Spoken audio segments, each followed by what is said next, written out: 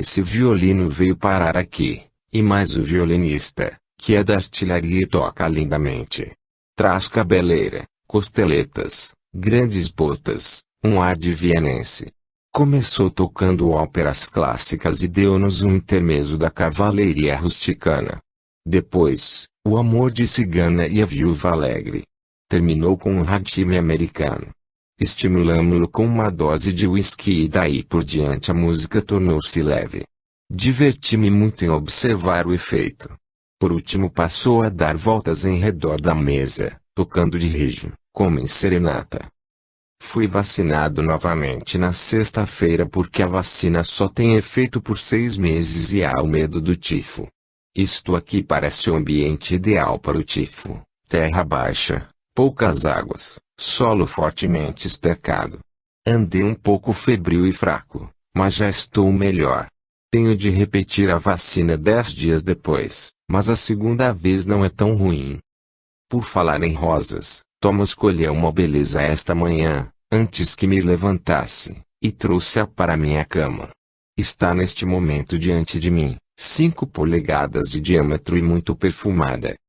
16 de junho, 1h30.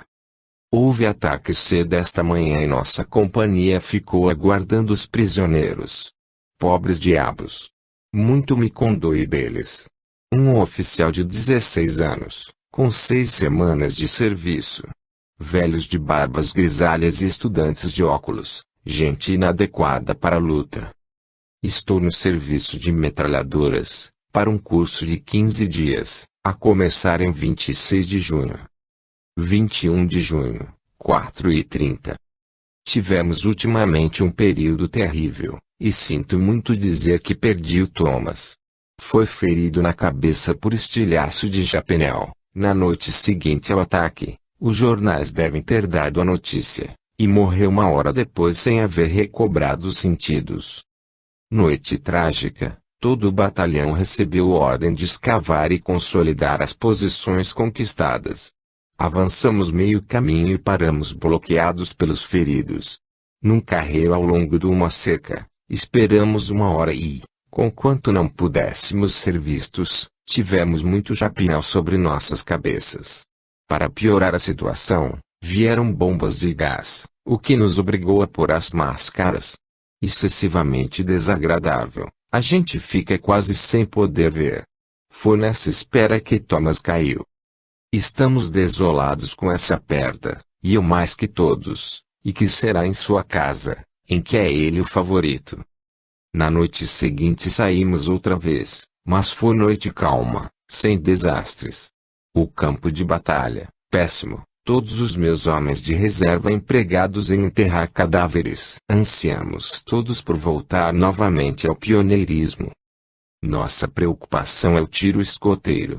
Estamos numa floresta e é preciso mandar vir água e mais coisas do acampamento, havendo necessidade de caminhar fora das trincheiras, não por dentro delas. E os que saem nesse serviço tomam o caminho mais curto, apesar dos avisos. Há um ponto que oferece boa mira e eles apanham nossos homens de volta, antes que afundem na trincheira. Tivemos um ferido esta manhã e há poucos minutos fui obrigado a interromper esta para acudir um homem da companhia B que foi baleado seriamente. E sempre no mesmo lugar. Pusemos lá um aviso que espero dê resultado. Sinto muito que esta carta não esteja saindo alegre, mas temos tido muita tristeza ultimamente. Estamos nos dominando. Por felicidade essas coisas se absorvem gradualmente. Eu não compreendia isso no começo. Foi um rude golpe, porque, sobretudo depois que Fletcher partiu, está agora em casa. Ficamos todos muito amigos e há sempre a possibilidade de perdermos subitamente um. Thomas foi o primeiro oficial da companhia C que morreu nestes 7 meses. Da outra vez em que estivemos abrindo trincheiras nesta floresta, a companhia B perdeu o capitão Salter. Suponho que tenhas visto seu nome na lista de honra. Estávamos a recolher nossas pás quando ele foi atingido na cabeça. Bala perdida.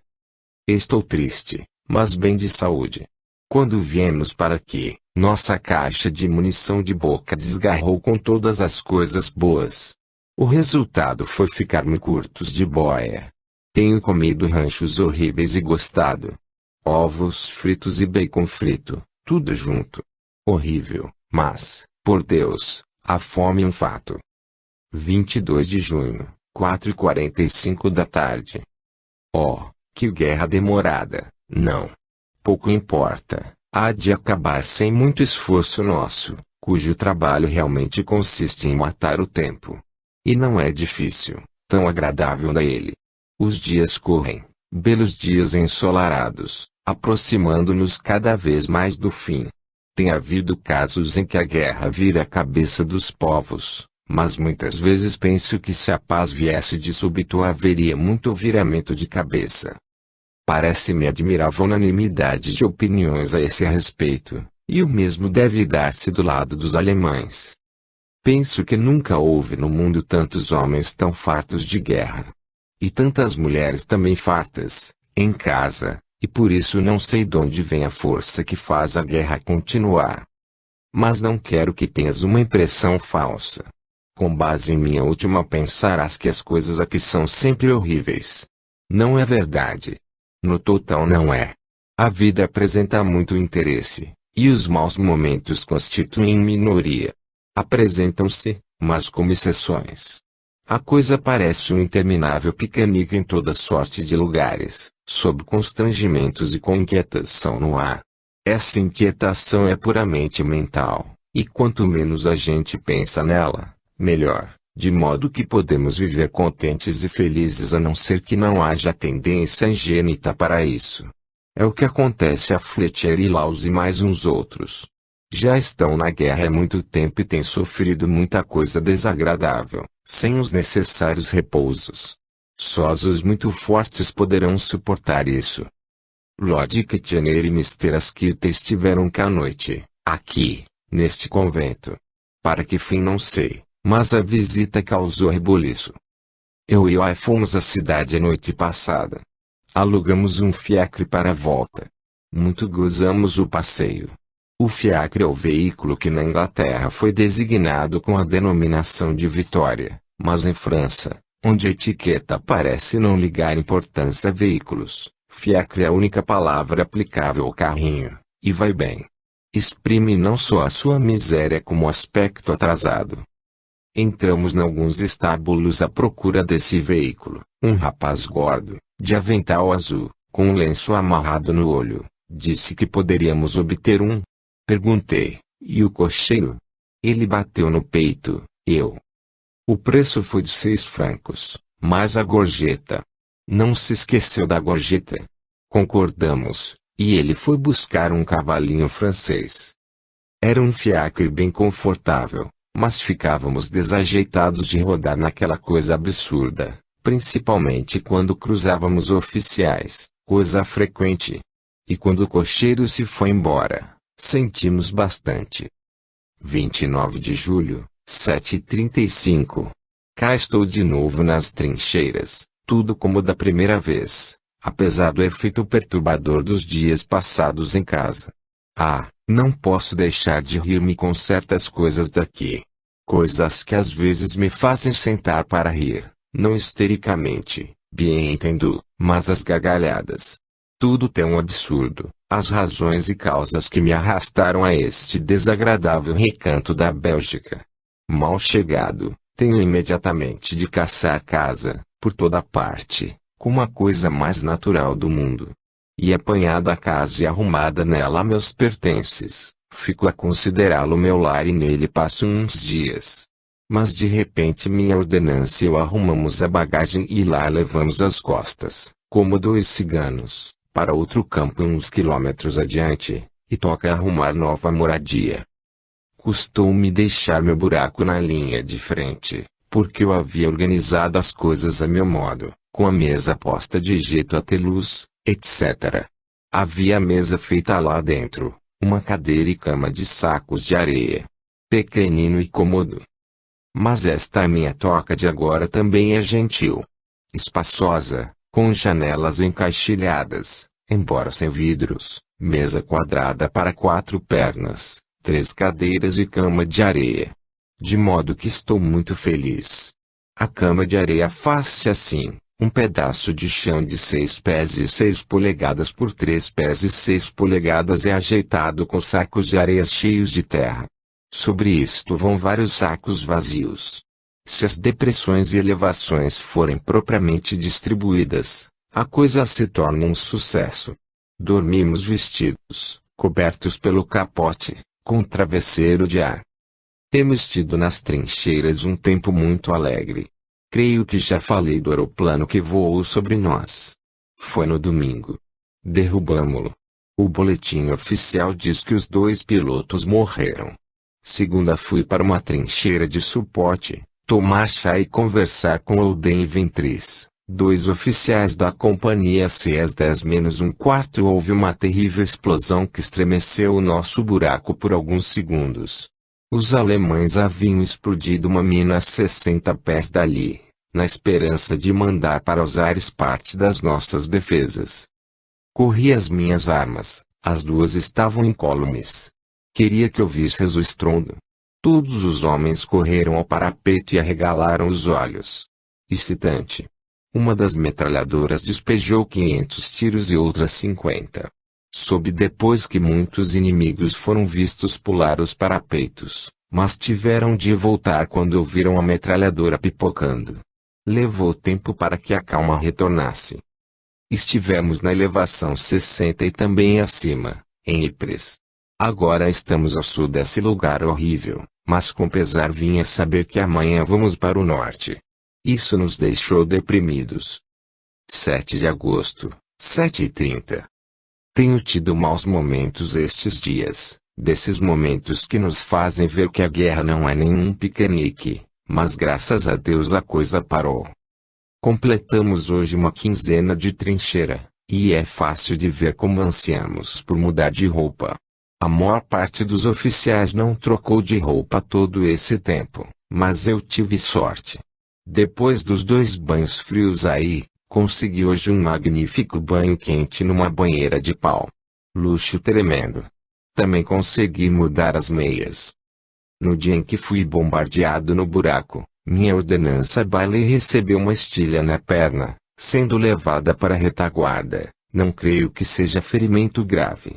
Foi uma grande perda, mas já tenho outra ordenança, Gray, que vai indo muito bem. Moço de muito boa vontade e inteligente. A cama de areia torna-se muito úmida, de modo que tenho de forrá-la com o meu oleado. Durmo assim, ou sobre sacos vazios novos. Mas, aí, não é só a umidade que nos incomoda. Quando vivemos nativa a umidade não incomoda muito. É comum ficarmos de sapatos molhados e passarmos 3, 4 dias, sem tirá-los dos pés. Desagradável, sim, mas não funesto para a saúde. 16 de agosto, meio-dia. Estamos agora descansando. Fizemos 19 dias de serviço e alguns ainda fizeram mais. 3 semanas é muito tempo. 3 semanas contínuas sem tirar a roupa do corpo, sem tirar os sapatos e as polainas. 5 meses já que estou aqui, e no exército, 11. Logo estarei pensionando como veterano. 29 de agosto, 11h30. Estou gozando um calmo lazer neste momento e muito merecido. Estive nas trincheiras de suporte por 3 dias, e trabalhei 2 noites, das 7h30 às 3 da manhã, na construção e em reparos. Na terceira noite houve algo excitante. A companhia do capitão Taylor foi mandada para a frente, a abrir nova trincheira ligada com a nossa da esquerda. Tínhamos de subir uma trincheira e em certo ponto galgar o parapeito e arrastar-nos ao ponto em que seria escavada a nova. Fizemos o serviço na maior calada, mas havia lua e fomos vistos. A distância da linha inimiga era de 30 jardas. Um pelotão nosso nos guardava com bombas. Foi trabalho duríssimo, porque eles não cessaram de nos lançar granadas e o pior era o tiro com pontaria, assim de tão perto. Mas nossas perdas foram menores do que esperei. Logo que a deixamos o coronel veio à nova trincheira, e muito gabou a companhia C. O mesmo fez o general. O capitão Taylor orgulhoso. Os homens que perdemos com os tiros de pontaria foram enterrados logo atrás, depois de um quarto de hora de tombados. Horrível. O general deu-nos descanso, ao ver o nosso estafamento. Foi uma grande mercê. Descanso curto. Penso que temos de voltar, talvez esta noite. Ficaremos aqui até amanhã à noite e então, suponho, temos de abrir mais trincheiras perto das novas. Estamos com falta de subalternos e eu fora do serviço de metralhadoras. Estou farto, mas aguentando. Na última trincheira construída havia uma boa posição para metralhadoras e tive o gosto de prepará-la contento. 6 de setembro, 9h30.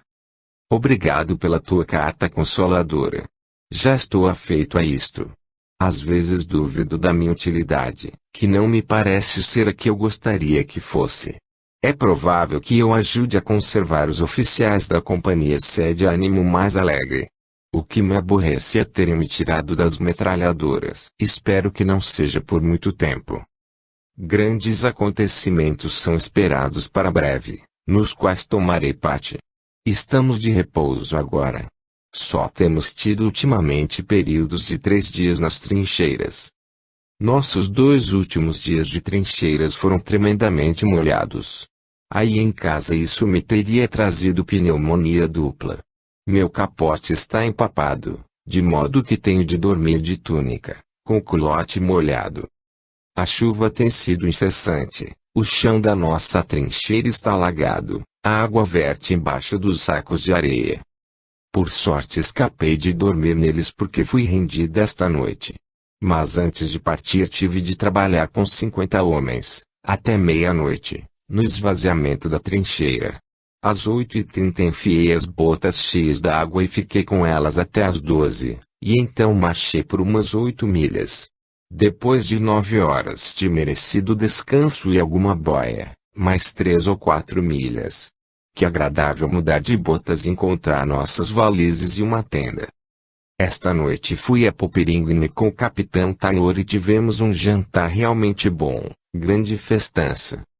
Continuamos infelizmente com as paradas, fora isso, tudo bem. Alec teve boa ideia enviando-me uma moleçote. Muito útil. Gostaria de receber um jornal, Timotor, de preferência, ou te tocar. Essa criança, não. O capitão Taylor destroncou o pé numa queda de cavalo e está de folga. O comando da companhia me coube. Só quero que não seja por muito tempo. Muita responsabilidade. 9 de setembro, 13h30 da tarde. Tenho de apressar-me para alcançar o correio. Fomos inspecionados pelo comandante do Corpo de Exército, General Plumer, Sir Herbert. Estou ainda no comando da Companhia C, e tive de dar voltas com o general e uma fileira de generais menores, coronéis, etc. Perguntaram-me muitas coisas. Há quanto tempo está na companhia? Quanto tempo esteve fora? Respondi que desde março. Perguntaram-me então se fora ferido ou estivera doente. Respondi que não. Rapaz aguentador. Disse o general. Ou pelo menos pensei que fosse dizer. Andamos muito ocupados agora. Escreverei carta mais longa depois. Peço desculpas. Uma caixa de cigarros chegou ontem, creio que mandada por Alec. Virgínias. Estamos com uma tenda nova, e fazia falta porque andávamos dormindo 5 na mesma. Agora ficamos reduzidos a 2. A nova tenda é de um lindo gris, cor de nuvem carregada. Quando terminar a guerra hei de adquirir uma. Tornar-me-ei insuportável, eu sei, quererei tudo à hora e a tempo. Não importa, que venha o fim da guerra. Viva, viva. Tempo bom, grandes deuses. Aeroplano, inglês, descido ontem em nosso campo, levemente avariado. Tudo bem, adeus. Amor, amor. Raymond. 12 de setembro, 2 da tarde. Participo que continuo no comando da companhia e que vamos para as trincheiras da frente esta tarde às 5 horas para uma vistoria comum. Vamos de ônibus. O capitão T pensa ficar fora um mês. Telegrama do Ministério da Guerra. 17 de setembro, 1915.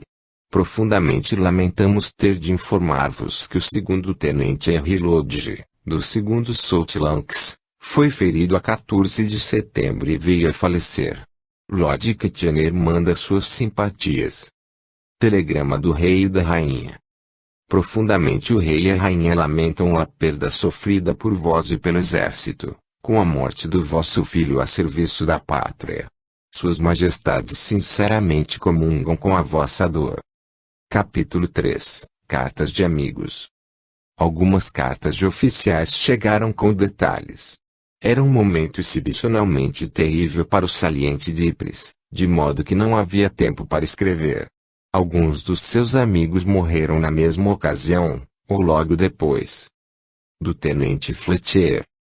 21 de setembro, 1915.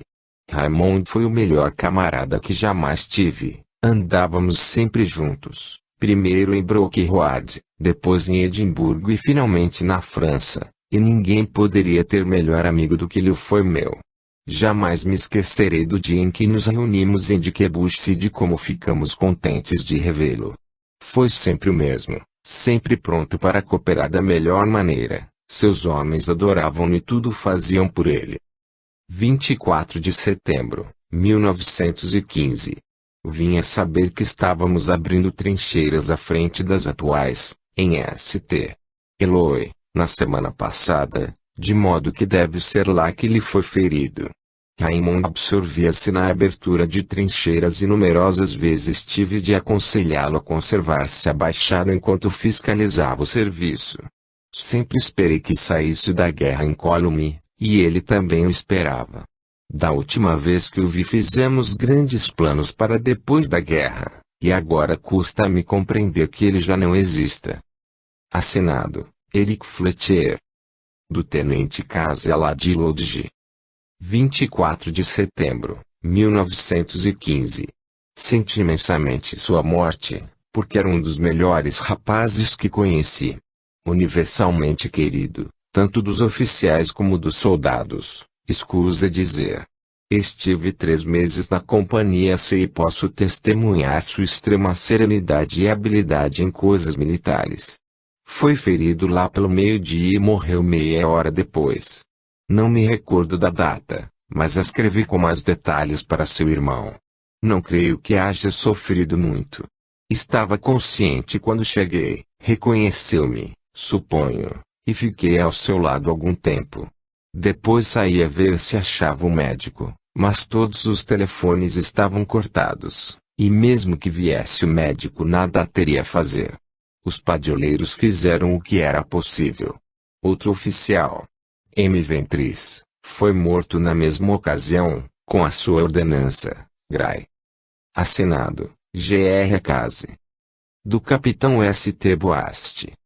17 de setembro, 1915. Antes de tudo, meus sentimentos a si e a família pela perda de vosso filho, o segundo-tenente Lodge. Essa perda foi muito grande. Era uma criatura encantadora, sempre alegre e cooperante, rígido no trabalho, brilhante exemplo do que um soldado deve ser. Era um eficiente oficial, ultimamente qualificado no manejo e comando das metralhadoras Maxim, coisa importante nesta guerra. As circunstâncias de sua morte foram resumidamente estas. A 14 de setembro a Companhia C, a que ele pertencia, estava em posição numa trincheira de fogo.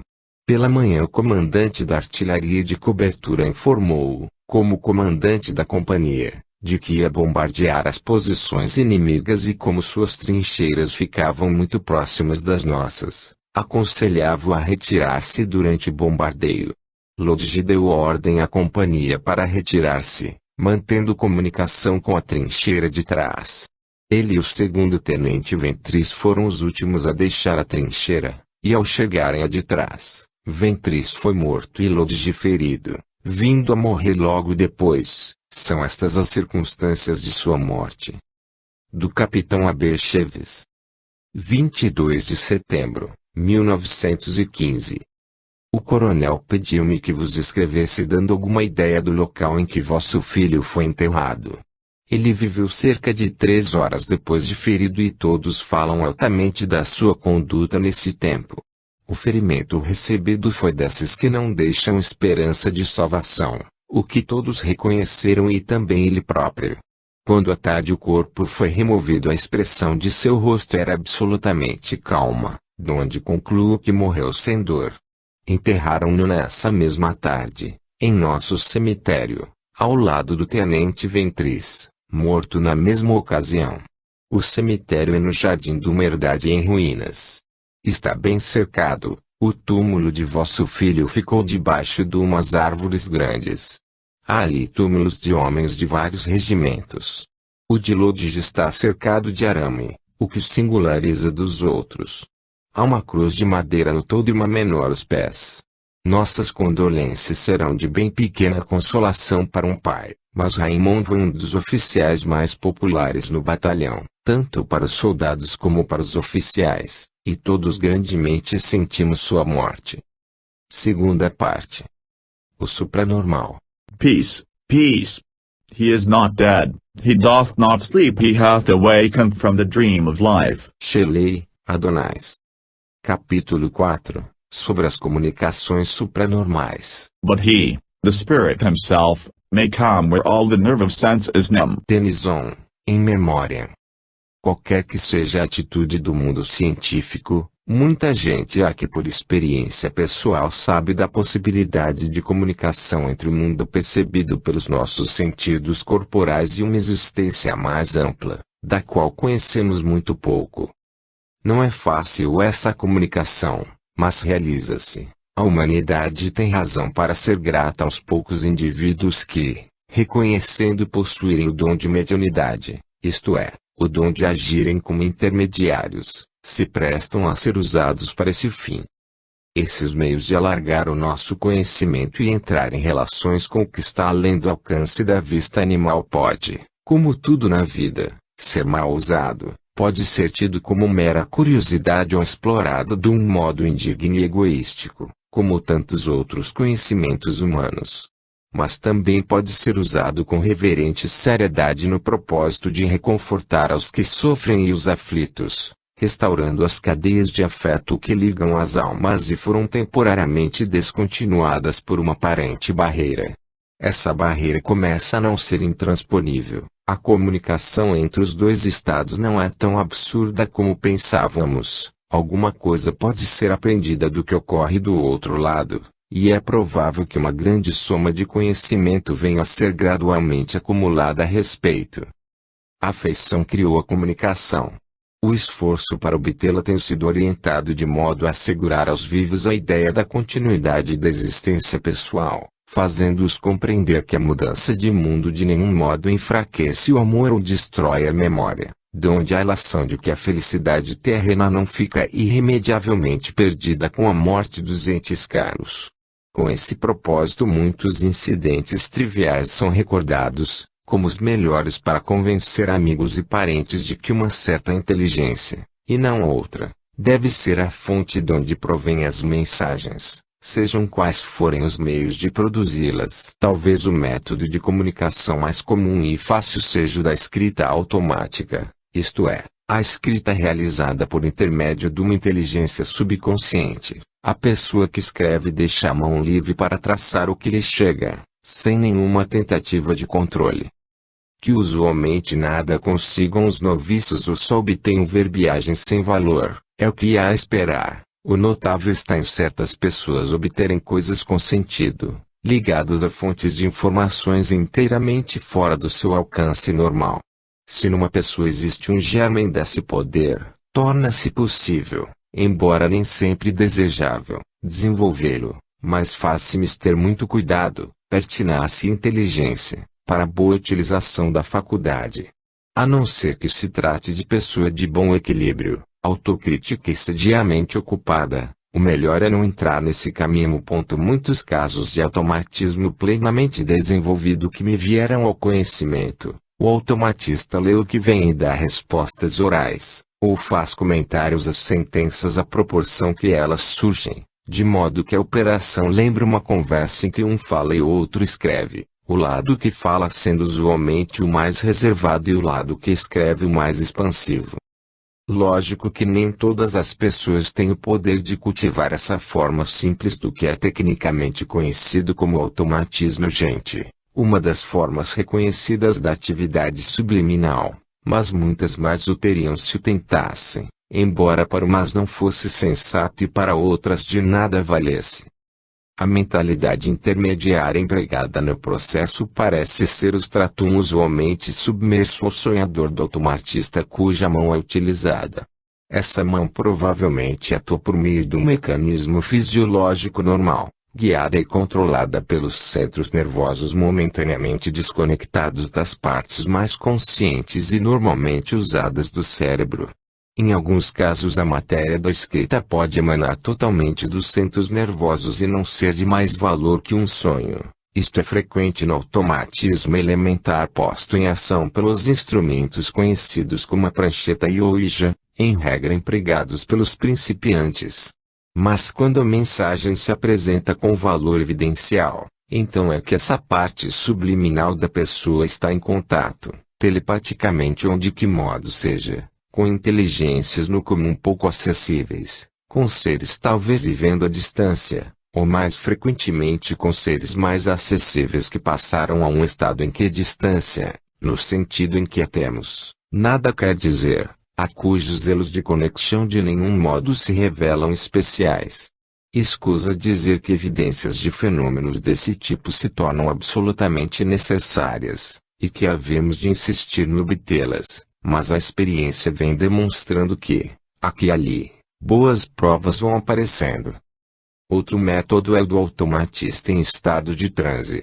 Nesse caso o mecanismo fisiológico parece mais suscetível de controle e menos falseável pela inteligência normal da pessoa em transe, de modo que mensagens de importância ou reservadas podem ser obtidas sem o conhecimento delas. Ao despertarem nada sabem do que transmitiram. A fala é nesse estado mais usada que a escrita, porque se torna mais cômodo para o recipiente, isto é, o amigo ou parente para quem a mensagem é transmitida. A personalidade comunicante pode ser a mesma que no outro caso atua por meio da mão do médium, e as mensagens podem ter o mesmo caráter das feitas por escrita automática, isto é, parcial. Mas no estado de transe surge uma caracterização dramática, com o aparecimento da entidade chamada controle, que na aparente ausência de seu dono ocupa o corpo do automatista.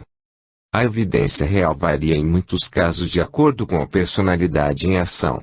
Frequentemente acontece que pequenos traços pessoais, sem importância para terceiros, manifestam-se e destroem os últimos vestígios da descrença. O que é mais que isto ocorre depende de treino pessoal e do interesse. Em muitos casos qualquer inquérito científico falha nesse ponto, porque a comunicação passa a resumir-se no intercâmbio emocional de ideias domésticas. Em outros casos, emerge o desejo de produzir informações novas, e quando há suficiente receptividade está em ação um médium de valor, muita informação instrutiva de ordem geral pode ser assegurada. Explicação, por exemplo, dos métodos de comunicação como vistos do outro lado, ou informações sobre a vida nesse outro lado, e ocasionalmente boas tentativas para esclarecer os nossos embaraços em matéria de concepções religiosas ou esclarecer-nos quanto às ideias sobre o universo. Os comunicantes, entretanto, insistem em que os seus informes são de pouco mais valor que os nossos, e que também eles não passam de tateantes investigadores da verdade, da qual, todavia, sentem a beleza e a importância, e a infinitude inacessível à sua apreensão mental. O mesmo que se dá em nosso mundo. Esse tipo de comunicação é o inverificável, porque não podemos testar as informações como fazemos com as coisas da Terra. Informações desta categoria têm aparecido em quantidade, e muitas foram publicadas, mas não podemos medir-lhes o valor, já que são inverificáveis. Com frequência vejo alegar-se que todas as comunicações psíquicas são de natureza trivial, ou só dizendo respeito a coisas sem importância. Mas as pessoas de experiência na matéria não podem aceitar semelhante opinião, enquanto persistir a preocupação de provar a sobrevivência e de identificar os comunicantes. Serão justamente essas trivialidades reminiscenciais as mais adequadas aos fins mirados.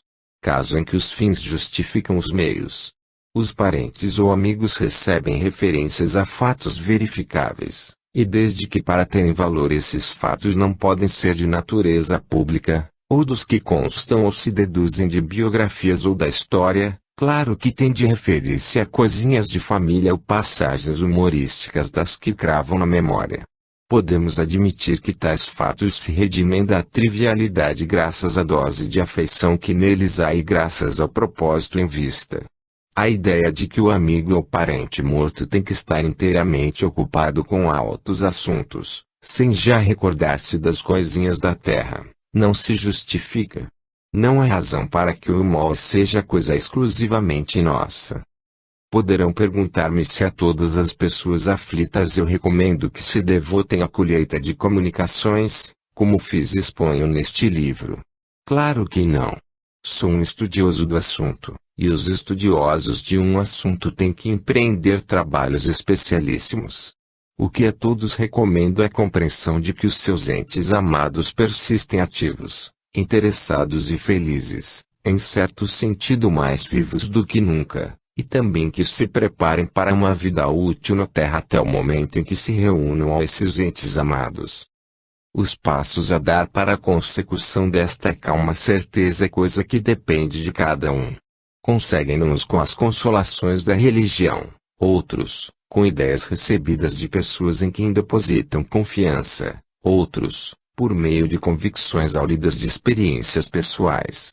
E se essa experiência pode ser obtida reservadamente, em calma meditação ou sonho, sem o auxílio de estranhos, melhor. O que há a fazer é não fechar o espírito à possibilidade da continuação da existência, não é procurar egoisticamente diminuir a dor pela fuga de toda menção ou pela repulsa de tudo que possa lembrar os que morreram, nem é entregar-se à aflição sem fim. Estamos numa época ativa. E será ingratidão para com os que morreram pela pátria o deixar-nos arrastar pelo desânimo e o vivermos em lamentações em vez de conduzirmos uma vida o mais possível útil à pátria e à humanidade. Todos os passos tendentes a levar a este saudável resultado claro que se justificam, mas aconselhar o que fazer em cada caso individual é coisa que não me compete. Venho sugerindo que o novo conhecimento, quando incorporado aos sistemas existentes, terá influência na região até aqui explorada por outras faculdades e considerada o domínio da fé. As conclusões a que fui levado não contradizem as obtidas pelas teologias mais adiantadas, embora eu tenha de confessar que o investigador de psiquismo não pode ter simpatias por pontos de vista eclesiásticos que se firmam em ideias idas. Se foge o investigador psíquico de atacar esses pontos de vista unicamente por estar na certeza de que a seu tempo morrerão de morte natural. Há muito joio misturado do trigo para que outro, que não especializado em eclesiástica, tente arrancá-lo. Entre mentes, e embora alguns dos exploradores oficiais da doutrina cristã condenem qualquer tentativa de investigação do assunto por meio de métodos seculares, e enquanto outros evitam criticar os resultados assim obtidos, alguns há que os adaptam aos seus ensinamentos, indiferentes ao risco de ofender irmãos de mente mais fraca. Nota, exemplo, um livro de nome The Gospel of the Hereafter, de Patterson Smith, de Montreal, pode ser anunciado a todos que, embora atados aos dogmas ortodoxos, e incapazes de estudos novos, não desdenham de interpretar a fraseologia oriental e medieval à luz do espírito moderno. Capítulo 5 – Explanação elementar. Para os já familiares com assuntos psíquicos, ou que hajam versado obras sobre a matéria, escuse explicar o que é uma sessão. Os noviços ganharão com a leitura de livros como os de Sir W. Barreton J. Arthur e Miss H. Dallas, ao alcance de todos, ou a minha obra, A Sobrevivência do Homem. Muitos graus de mediunidade existem, sendo um dos mais simples o que em estado normal, sob certas condições, permite receber impressões, ou produzir a escrita automática, mas é assunto muito amplo para ser tratado aqui. Limitar-me-ei a dizer que o tipo de mediunidade a que para este livro recorre é o em que o médium, depois de calma espera, entra mais ou menos em transe, e então fala ou escreve sob a direção de uma inteligência tecnicamente conhecida como o controle ou guia. A transição em muitos casos se efetua de modo calmo e natural. Imerso nesse estado, o médium adquire certo grau de clarividência ou lucidez acima da sua consciência normal, permissora de referências a fatos inteiramente fora do seu conhecimento. O guia, ou a terceira personalidade que fala durante o transe, parece estar mais intimamente em contato com o que é vulgarmente chamado o outro mundo, e portanto torna-se capaz de transmitir mensagens de pessoas mortas, transmiti-las por meio da fala ou da escrita do médium, usualmente com alguma obscuridade e atrapalhação, e com maneirismos pertencentes tanto ao médium como ao guia. O quantum de falseamento varia de acordo com a qualidade e o estado do médium nas diversas ocasiões, pode ser atribuído fisiologicamente ao médium e intelectualmente ao guia. A confusão não é maior que a que poderíamos esperar de dois telegrafistas ligados por um instrumento delicado e de qualidade incerta, e que transmitissem informações no estranho para outro. Um dos estranhos procura apanhar as mensagens transmitidas, embora não seja muito hábil em pô-las em palavras, enquanto o outro se conserva em silêncio e sem dar nenhuma assistência. O que recebe a mensagem, usualmente conserva-se mais ou menos suspeitoso de que aquilo é uma ilusão e que o seu amigo, ou parente, o comunicante, não está de fato ali. Sob tais circunstâncias, o esforço do comunicante dirige-se sobretudo para a recordação de coisinhas que desfaçam o natural cepticismo do receptor, fazendo-o admitir que o seu amigo está presente, embora fora do alcance sensorial dos vivos. Sabemos que as comunicações sofrem o embaraço da influência inconsciente, mas inevitável, do mecanismo transmissor, seja ele de caráter mecânico ou fisiológico. Cada artista reconhece que tem de adaptar a expressão do seu pensamento ao material de que dispõe, e que o que é possível com um médium no sentido artístico da palavra, não é possível com outros. E quando o método de comunicação é puramente mental, ou telepático, temos de admitir que o comunicante do outro lado há que escolher suas ideias e utilizar-se dos canais peculiares ao médium, embora com a prática, e com muito engenho, esses ingredientes possam ser entretecidos de forma que traduzam as intenções mentais do comunicante. Compreender a atuação de uma mesinha em contato com músculos humanos constitui matéria muito mais simples. É coisa elementar, mas em princípio não parece diferir da escrita automática. Entretanto, como se trata de um código de movimentos muito simples, parece ao noviço coisa mais fácil. Tão simples é, de fato, que se tornou uma espécie de brincadeira e caiu em descrédito. Mas não podemos deixar de reconhecer as suas possibilidades, e como é método mais direto, que não pede agência de uma terceira pessoa, constitui o sistema preferido por alguns comunicantes. Admitam-no ou não, devo testemunhar que quando um objeto móvel é controlado desta maneira direta torna-se capaz de revelar muita emoção, e da mais feliz maneira. Uma chave de telégrafo dificilmente o conseguiria, tem o raio dos movimentos muito restrito, age de um modo descontínuo, ligando e cortando, mas a leve mesinha não se revela inerte, comporta-se como um ser animado. Durante a atuação torna-se animada, qualquer coisa como o violino ou o piano nas mãos do virtuose, e o dramático da ação desse modo conseguido é notável. A mesinha pode demonstrar hesitação ou certeza, pode pedir informação ou dá-la, pode aparentemente ponderar antes de vir com a resposta, pode saudar um recém-chegado, pode marcar compasso, como se estivesse num coro, e, mais notável que tudo, pode, de maneira mais inconfundível, revelar afeição. A mão de um médium de escrita automática também fará isso, e que o corpo inteiro de uma pessoa normal revele essas emoções, não é preciso dizer. Em ambos os casos tudo não passa de matéria, esta mais permanentemente animada que aquela. Mas todos esses tipos de matéria animam-se temporariamente, nenhuma permanentemente, e parece não haver nítidas linhas de demarcação. O que temos de compreender é que a matéria, sob qualquer forma, torna-se apta a atuar como agente da alma, e que com auxílio da matéria várias emoções, bem como inteligência, podem ser temporariamente encarnadas e reveladas. A produção de música elementar por meio de qualquer objeto, tralha de cozinha, por exemplo, é coisa frequente nos palcos. A utilização de objetos disparatados nas comunicações, embora não o fosse de esperar, pode incluir-se nessa mesma categoria. Sabemos que com objetos feitos para esse fim, do violino aos bonecos de um teatrinho de marionetes, as paixões humanas podem ser exibidas ou estimuladas.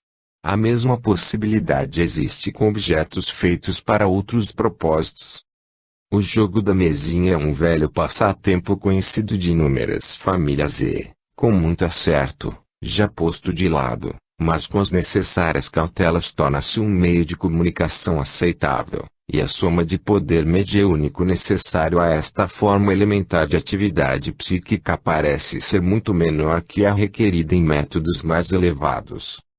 Uma coisa não temos forçosamente de admitir, que em todos os casos em que um objeto se move por direto contato com o corpo do operador, inconscientes movimentos musculares se realizam, e tudo que vem de uma causa conhecida ou suspeitada pelo operador deve ser descontado. Às vezes, todavia, a mensagem revela-se inesperadamente e de forma enigmática, dando informes desconhecidos do operador. O valor supranormal dessas comunicações tem que ser apreciado pelo seu conteúdo. Não abordarei neste livro os casos ainda mais enigmáticos dos fenômenos físicos, como a voz direta, a escrita direta e a materialização. Nestas estranhas e, de certo ponto de vista, mais adiantadas ocorrências, a matéria inerte parece operada sem nenhuma intervenção do mecanismo fisiológico. Não obstante, esse mecanismo tem que permanecer nas proximidades. Estou inclinado a pensar que tais fenômenos, quando bem estabelecidos, se diluirão dentro dos que ora nos ocupam e que nenhuma teoria completa de uns e outros surgirá antes que sejam ambos muito mais conhecidos. Eis uma das considerações que me fazem fugir ao dogmatismo quanto à questão de se todos os movimentos provêm dos músculos. Limito-me a presumir-me contra qualquer decisão prematura. Este assunto da interação psicofísica requer muito estudo, em tempo e lugar, mas é campo traiçoeiro, de numerosos mundeus e pouco atrativo para muita gente. Esperemos que a artilharia de longo alcance haja destruído as defesas para só depois iniciarmos o avanço. Capítulo 6 – A mensagem do fauno. Fatos preliminares. Raymond entrou para o exército em setembro de 1914, treinou em Liverpool e Edimburgo e em março do ano seguinte foi mandado para as trincheiras. Em meados de julho esteve em casa por alguns dias, de licença. A 20 voltou para o fronte. A mensagem inicial de Piper. A primeira sugestão que tive de que qualquer coisa má podia acontecer foi uma mensagem de Maieres, colhida na América por Mrs. Piper, e aparentemente comunicada por Richard Dixon, certa ocasião em que uma Miss Robbins estava em sessão em casa de Mrs. Piper, em Greenfield, New Hampshire, a 8 de agosto de 1915. De tudo fui informado por Miss Alta Piper, que me enviou a documentação original. Dou abaixo o relato do que, em certo momento da sessão de Miss Robbins, depois de tratarem de assunto que dizia respeito só a ela e nada a mim, começou abruptamente deste modo. Richard Dixon, agora, Lodge, que não estamos aí como outrora, isto é, completamente, estamos, porém, aptos o suficiente para receber e enviar mensagens. Maieres diz que vê toma parte do poeta, e ele, a do fauno, Miss Robbins, Fauno. Richard Dixon, sim. Myers. Protege. Ele compreendera, evidentemente referindo-se a Lodge. Que tem a dizer, Lodge? Bom trabalho. Pergunte a Mrs. Verhal, ela também compreenderá. Assim pensa Arthur, refere-se ao Dr. Arthur Verhal, falecido. Carta de Mrs. Verhal. A fim de interpretar esta mensagem, escrevi Mrs. Verhal, como foi sugerido, perguntando-lhe se a expressão poeta e o fauno tinha para ele algum sentido, e se um protegia o outro. Sua resposta veio breve a 8 de setembro. A citação refere-se ao que diz Horácio sobre a queda de uma árvore que por um triso não matou, a proteção recebida ele atribui a Fauno. Cf. Or. Odes, 2, v. 27, 3, 4, 27, 3, 8, 8. Alusão a Fauno está na Ode 2, 17, 27 a 39. Mitra uncus lapsus cerebrusus tolerat, nus faunus ictum destra levacet, mercuro aliuncus tus virorum. Fauno, o guardião dos poetas, poetas sendo a interpretação usual dos homens de Mercúrio. As palavras citadas são rigorosamente aplicáveis à passagem de Horácio, como imediatamente percebi. M. de Verhal. Deduzo, pois, que desta interpretação da mensagem de Myers, a mim dirigida e evidentemente correta, a significação era que algum golpe iria sobrevir, ou tinha possibilidade de sobrevir, embora eu não pudesse saber qual, e que Myers interviria, aparentemente para proteger-me. A mensagem chegou-me a 6 de setembro, na Escócia. Raymond faleceu em Ypres a 14, recebendo a notícia a 17. Árvore que cai é um símbolo de morte usado com frequência, talvez devido a uma errônea interpretação do Eclesiastes, 11:3. Os demais eruditos a quem fiz a mesma pergunta foram unânimes em referir a citação de Horácio. Resposta de Mr. Byfield. Logo depois da morte de Raymond apresentei os fatos ao reverendo M. A. Byfield, ex-diretor do Eastbourne College, como um incidente interessante para a SPR, declarando, ao mesmo tempo, que Myers não pudera desviar o golpe. Eis a resposta recebida.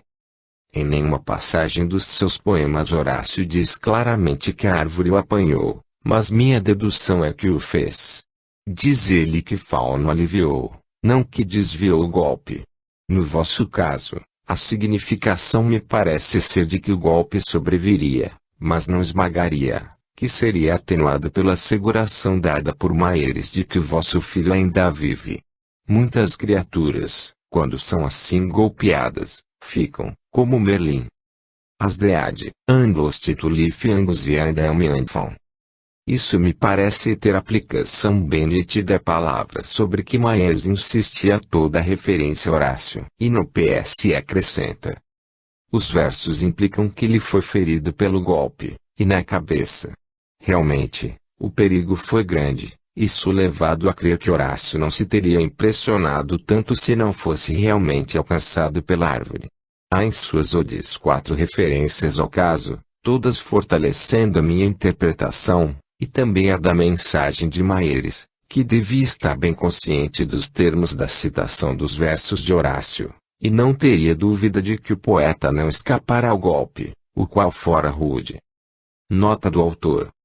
Embora alguns tradutores de Horácio se atenham à ideia do desvio do golpe, devo frisar que a maior parte dos eruditos consultados deram alívio ou atenuou como a boa tradução. O professor Strong diz, não há dúvida que levacete significa enfraqueceu, o galho da árvore caiu e alcançou o poeta, mas levemente, graças à intervenção de Fauno, variante latina de Pan. Leve tem comumente esse sentido, no clássico. A tradução em prosa de Brice é clara, um galho que caiu sobre minha cabeça teria sido meu fim, se o bom Fauno não atenuasse o golpe. E conquanto na tradução de Conington venha que o golpe foi detido meio caminho, sua ideia é a mesma, porque foi detida a morte do poeta, não o golpe. Me the cursed trunk, that smote my skull, had slain, but Faunus, strong to shield the friends of Mercury, checked the blow in mid-descent. Informação adicional. Mr. Byfield também me relembra outra referência que recebi, oriunda de manifestação por meio da escrita automática, em casa ainda de Mrs. Piper, e datada de 5 de agosto, a qual me veio ter as mãos conjuntamente com a mensagem do fauno. Sim. No momento, Lodge, tende fé e sabedoria, confiança, em tudo que é maior e melhor. Não haveis sido tão profundamente guiado e cuidado? Podeis responder que não? Graças à vossa fé é que tudo foi e irá bem. Recordo-me de ter ficado um tanto surpreso com as palavras acima, que me urgiam a admitir que todos, presumivelmente minha família, tínhamos sido profundamente guiados e cuidados, porque essa advertência parecia dizer que qualquer coisa estava iminente. Mas era alusão muito vaga para me preocupar, e ter-se evaporado da minha cabeça se não fosse o aviso do fauno dado 3 dias depois, embora por mim recebido juntamente com a mensagem, o que aceitei como uma profecia, realizável ou não. E realmente Raymond foi morto justamente uma semana depois da vinda da mensagem. Capítulo 7. Continuação da mensagem do fauno. Há agora que ver como Maieres cumpriu a promessa, e que passos deu para atenuar o golpe, que foi terrível. Para isto tenho de recorrer ao relato de sessões havidas aqui na Inglaterra com médiuns meus desconhecidos e assistentes que não lhes revelaram a identidade. Poderão objetar que minha pessoa é conhecida ou pode ser suspeitada, mas a objeção não se ajusta aos membros de minha família que anonimamente assistiram às sessões arranjadas em Londres por Mrs. Kennedy, mulher do Dr. Kennedy, a qual, embora não tendo conosco nenhum parentesco, por mera simpatia promoveu esses passos. Devo declarar que é praticamente impossível aos médiuns investigarem normalmente e porem-se a par da história das famílias dos seus numerosos clientes, e os que com eles lidam sabem que jamais procuram fazê-lo. Mas no tratar uma sessão não é fácil, salvo em casos especiais, fugir de dar nomes e endereços, o que aparentemente fornece ensanches e fraudes. Em nosso caso, e no dos amigos mais chegados, todas as precauções foram tomadas para o mais perfeito anonimato. Extrato de algumas sessões anônimas. Foi a 17 de setembro que tivemos notícia da morte de Raymond, a 25 desse mês sua mãe, Lady Lodge, que estava em sessão com Mrs. Leonard, por esse tempo ainda não nossa conhecida, recebeu a seguinte comunicação por intermédio da mesinha, aparentemente vinda de Raymond. Diga a papai que encontrei alguns amigos seus aqui. Mrs. Lodge, pode dar algum nome? O comunicante, sim. Myers. Foi só o que a respeito ocorreu nessa sessão. A 27 de setembro fui a Londres e tive, entre meio-dia e 1h, minha primeira sessão com Mrs. Leonard. Entrei em seu apartamento sozinho, como um estranho para o qual um encontro fora anonimamente marcado. Antes de começarmos, Mrs. Leonard informou-se que o seu guia era uma jovem de nome Feda. Logo depois que a médium caiu em transe, um moço foi descrito em termos que claramente lembravam Raymond, e Feda transmitiu mensagens. O Paul nelas referida ao filho morto do casal Kennedy, a quem seus pais pediram que ajudasse a Raymond, caso pudesse. Paul já por diversas vezes comunicara-se com sua mãe por intermédio de Feda. Do relato dessa sessão cito o seguinte. Feda, há alguém aqui ainda em dificuldades, não plenamente refeito, aspecto juvenil, de forma como um lineamento, ainda não aprendeu como equilibrar-se. É um moço de altura um tanto acima da mediana, bem construído, nada espesso ou pesado, bem construído. Mantém-se bem. Não está aqui de muito tempo. Cabelo entre cores. Não me é fácil descrevê-lo, porque ainda não se construiu solidamente como outros o fazem. Tem olhos pardos, cabelos castanhos e curtos, cabeça bem modelada, sobrancelhas também castanhas, não muito arqueadas, nariz bem feito, reto, um pouco mais largo nas narinas, boca bem desenhada e grande, mas não parece grande porque lhe traz os